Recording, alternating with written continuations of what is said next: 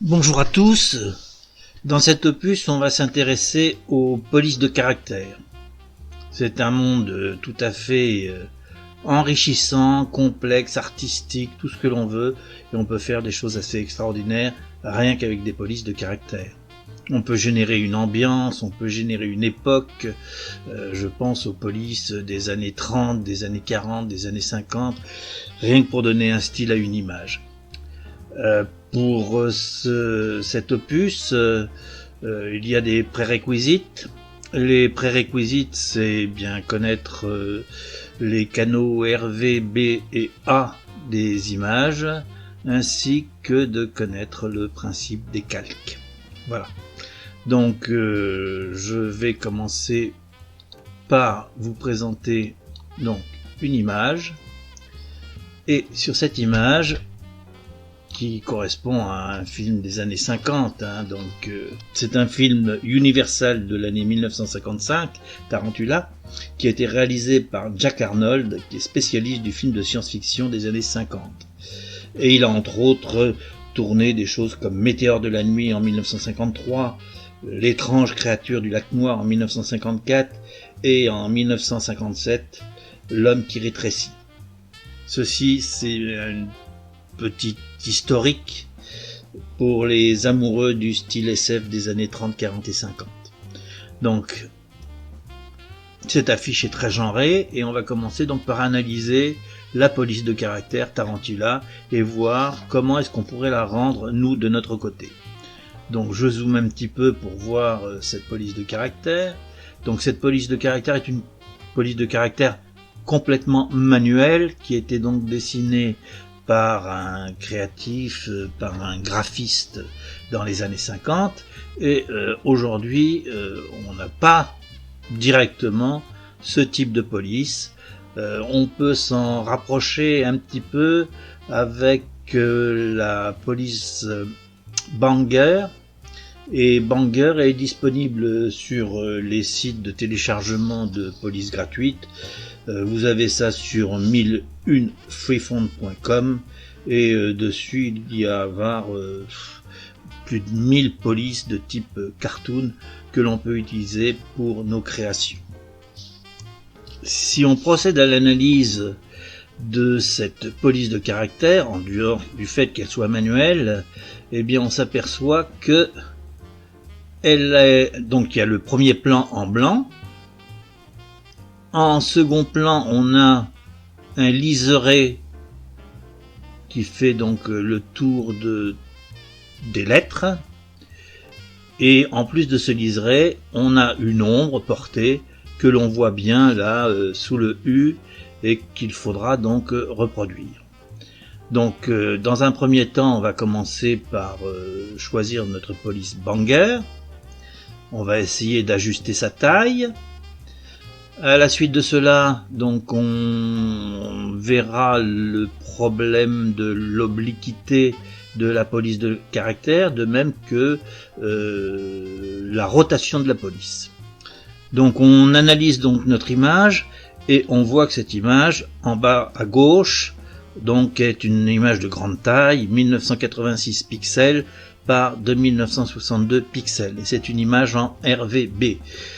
RVB, ça veut dire que cette image ne contient pas pour l'instant de canal alpha. On verra par la suite que les images qui viendront donc dans les différents calques devront être obligatoirement avec un canal alpha. Pour redimensionner cette image, je vais donc utiliser ma touche double flèche vers le haut qui m'affiche donc mon menu échelle de l'image, que je peux avoir de la même manière en prenant image, échelle de l'image, et cette image qui fait 1986 par 2962 pixels de haut, je vais la transformer pour qu'elle n'ait que 1000 pixels de largeur. En hauteur 1491, c'est correct. On conserve les proportions de cette image, ce qui fait qu'elle va être réduite de manière donc proportionnelle. On laisse pour l'instant donc dans les algorithmes de réduction ou d'agrandissement, on va laisser le Blackman Harris qui donne de bons résultats et je lui dis OK. Donc notre image est plus petite, 1000 par 1491, on voit que les dimensions ont changé en bas à gauche. À la suite du redimensionnement donc de mon image, je vais donc m'attaquer aux calques, 3 calques qui vont composer donc cet effet de police de caractère. Donc je vais commencer par créer donc ce calque, c'est donc ce symbole que l'on voit là de nouveau calque, page blanche. Je crée donc ce calque et ce calque on me propose par définition les mêmes dimensions que l'image qui était sélectionnée au préalable. Donc là, je vais laisser ces informations-là, je le crée. Comme d'habitude, donc Empty Paint crée donc une nouvelle image noire, c'est codé en dur dans le programme, et cette image, je vais lui donner un nom, et ce sera donc un des 3 plans qui vont composer mon effet de police, et je vais l'appeler troisième plan du texte. Voilà. C'est fait, c'est clair. L'affiche, le 3e plan. Je me positionne donc sur le plan texte, et je vais créer donc une couche alpha de transparence, et pour faire cette manip, on fait Shift 2, ou sinon, on vient demander donc dans les canaux, éditer le canal alpha, auquel cas il me renvoie au même menu, à la même petite fenêtre. Donc là, je vais accepter le caractère effacé, c'est-à-dire que Empty Paint va directement et de lui-même effacer le fond noir pour permettre d'avoir le calque, la couche alpha directement accessible. Donc je lui fais OK et automatiquement je revois mon affiche de tout à l'heure. Et pourquoi? Tout simplement parce que sur votre droite, vous voyez dans le doc, il y a écrit afficher tous les calques. Et si je décoche, je vois donc mon calque, ma couche alpha, et si je sélectionne affiche Tarantula, j'ai mon affiche Tarantula. Je viens me repositionner sur mon plan texte, qui est un plan de transparence qui est dessus notre affiche. Si je lui dis afficher tous les calques, il m'affiche mon image, mais sachez que l'on travaille bien sur la couche de transparence qui est au-dessus. Donc là, je vais sélectionner mon texte. Alors, j'ai fait quelques essais et donc comment dirais-je, le texte Tarantula apparaît ici directement en banger, en régular et en 196 de corps. Je vous rappelle ici que dans la taille, vous pouvez sélectionner une des tailles qui vous sont proposées, mais vous pouvez aussi taper la propre valeur que vous voulez mettre. Et à partir de ce moment-là, quand vous remplissez cette information-là, veuillez sortir de cette zone par la touche tabulation. Sinon, Empty Paint ne sera pas d'accord. Là, je lui mets 100, tabulation. On voit automatiquement que c'est un changement. Je reviens sur 196. J'ai mon Tarantula qui apparaît. On a un positionnement donc de l'angle de rotation de 14% que j'ai déjà calculé. Et j'ai réduit un tout petit peu l'espacement entre les lettres, permettant d'avoir cet effet de texte rapproché. Donc on est en inversion, c'est-à-dire qu'on va voir le texte, alors que si on était non inversé, ce serait donc on verrait donc l'affiche carrément à travers les lettres. Donc là, l'objectif, c'est d'avoir les lettres pleines. Je lui dis d'insérer mon texte et j'ai un Tarantula qui est pas trop mal. D'accord ? Je le positionne pour l'instant où je veux. Je vais le mettre là. Et je le valide avec la touche entrée. Maintenant, MTPET me propose de remettre ce texte ailleurs. Si j'en ai pas besoin, je fais un escape et automatiquement la proposition qui m'était faite disparaît. Alors on s'aperçoit que le texte a une rotation mais n'est pas oblique. Si je fais un V, j'ai la possibilité de balader comment dirais-je, mon élément graphique, et on voit effectivement que le T, le N, le A ont une rotation, mais il faut qu'on leur fasse, qu'on les redresse pour que ça puisse correspondre à ce qui nous est proposé. Donc pour redresser, c'est une fonction qui s'appelle oblique. Donc je sélectionne oblique, et ici j'ai vérifié, j'ai fait quelques tests. Si je fais un moins 16% d'oblicité, eh bien j'obtiens un résultat qui est pas mal. Donc là on a toujours nos algorithmes de retraitement des images qui sont proposés. J'utilise le plus souvent le Blackman-Harris, le bicubique accentué lorsque je veux renforcer un petit peu donc les images. Je lui dis banco, et là je me retrouve avec un tarantula qui est pas si mal que ça,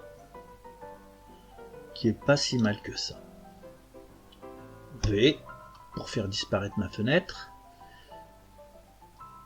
C'est un petit peu grand quand même comme police, on va avoir à réduire un peu ça. Donc contrairement à d'autres logiciels, je pense à GIMP, qui permet donc de revenir sur un texte. Il est d'abord stocké de manière textuelle ou vectorielle, on va dire, dans GIMP. Là, on a automatiquement un transfert en mode bitmap. Votre image, c'est que du bitmap et rien d'autre. Donc je reviens là. Il faut que je réduise un peu ça et que j'augmente un petit peu la hauteur et que je réduise en largeur.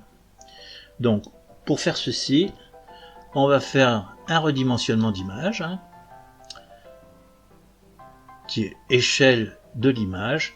Donc là, mon image, il faut qu'elle soit donc un peu moins large. Donc on va lui mettre 1350. Et un peu plus haute, on va lui mettre 1500. Et là on lui dit banco, V.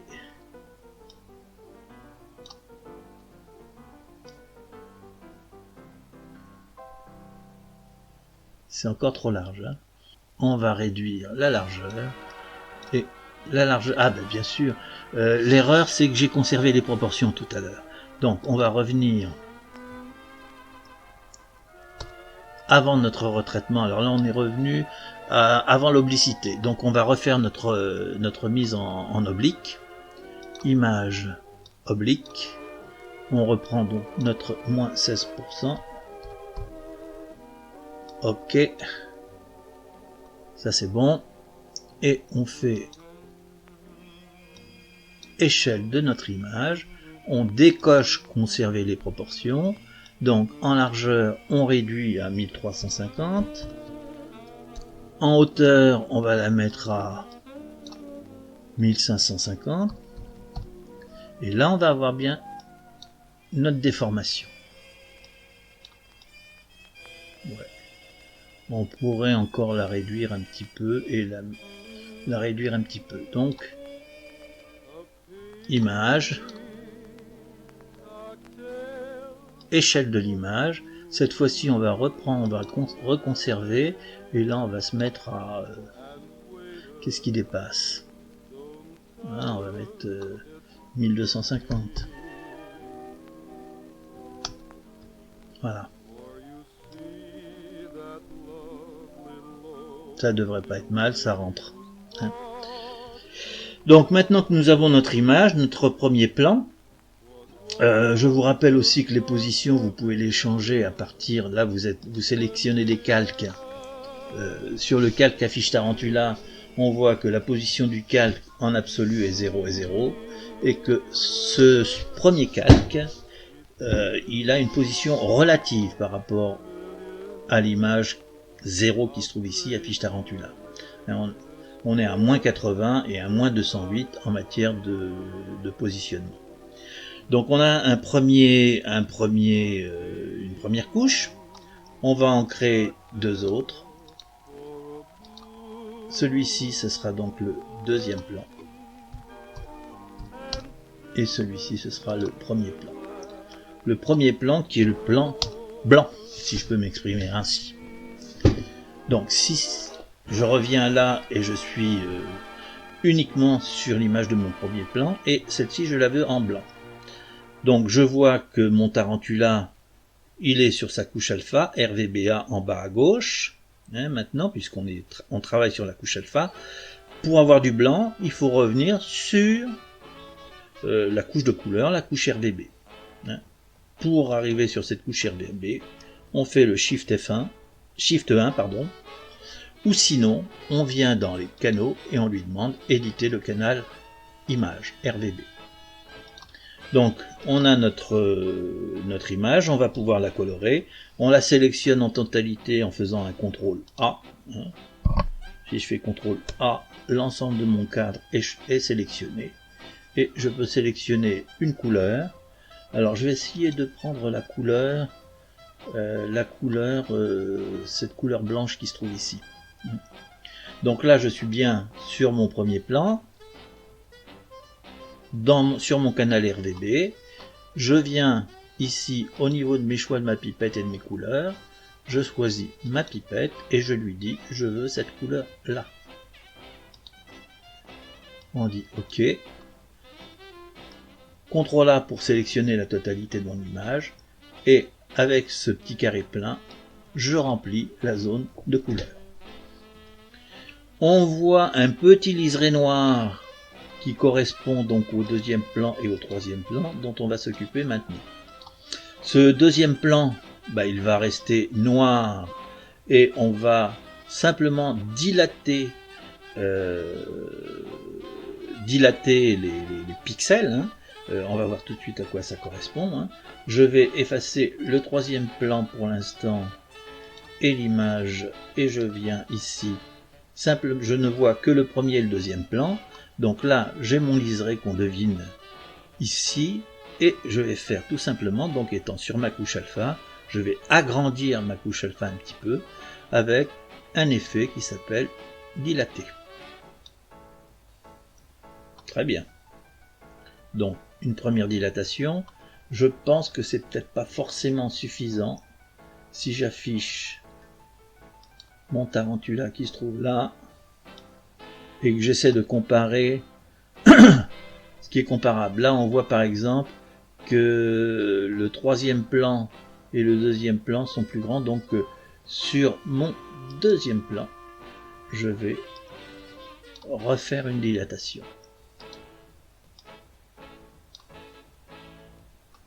Pas mal. On verra. On va voir si on procède encore une dilatation. Et puis le troisième plan en lui-même, donc je viens de me positionner sur le troisième plan. Donc là, lui, on voit qu'il est très très dilaté et on voit qu'il est en décalage. Donc, on dilate une fois, on dilate deux fois, on dilate trois fois, on dilate quatre fois, on dilate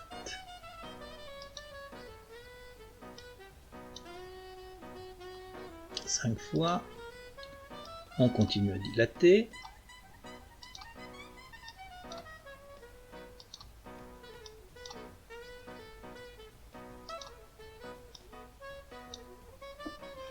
devrait pas être mal là. Donc par contre, il faut qu'on le décale un tout petit peu à droite et vers le bas. Donc là, plutôt que d'utiliser cette fonction manuelle qui me permettrait de le faire mais qui n'aurait pas l'avantage de la précision, je vais utiliser simplement les déplacements là sur ma droite des positions. Donc dans un premier temps, je décale vers le bas. un petit peu. Et maintenant je décale sur la droite un petit peu. Ça n'a pas l'air trop mal. Donc là, j'affiche tous les calques. Le troisième, le deuxième et le premier. J'ai décoché affiche Tarantula et je vois effectivement mon effet générique. C'est pas mal. Sur le troisième plan, on peut rajouter un petit peu de flou gaussien pour ici étendre et flouter un petit peu donc notre effet, pour qu'il y ait une meilleure intégration avec le fond de la fiche Tarantula. Donc je viens dans Effet, flou renforcé. Ce flou renforcé va avoir comme effet, un effet de dilatation et de transparence progressive. Donc là, je vais lui dire de me faire un flou sur 2 pixels. Vous voyez, donc là, il y a une petite différence qui vient de se faire. Pas mal, pas mal. Donc maintenant, ce que l'on va faire, c'est que l'on va fusionner ces 3 plans, le troisième, le deuxième, le premier, et qu'après, on pourra déplacer donc le plan fusionné où on veut sur notre image. Donc là, si je demande au système, donc calque, de fusionner les calques sélectionnés vers un nouveau calque, eh bien, j'obtiendrai une image unique des 3 calques précédents. Je fais la fusion. Ce qui veut donc dire que tous les autres plans intermédiaires, je peux les supprimer. Je peux supprimer celui-là.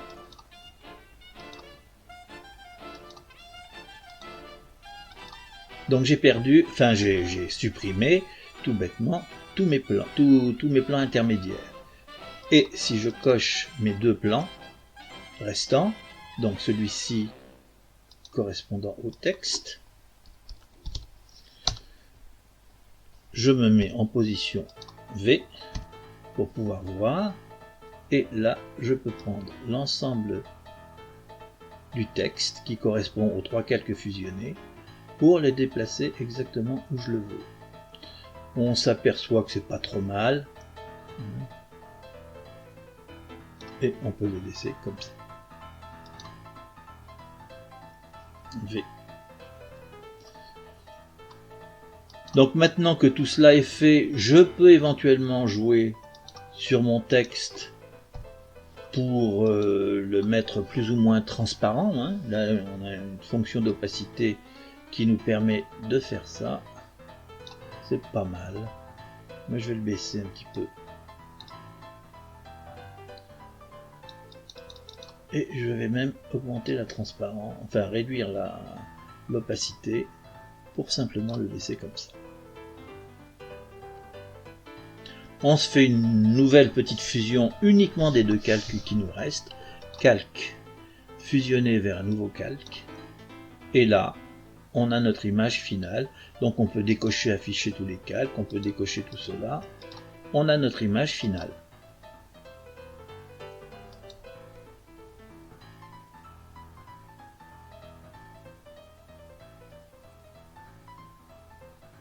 Il suffit maintenant d'enregistrer sous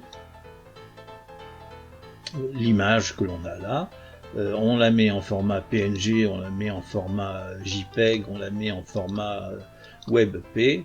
Tout dépend de la destination finale de votre image. A priori, je vous conseillerais d'utiliser le WebP qui génère toujours des fichiers de taille plus petite pour une qualité identique. Voilà pour cet opus.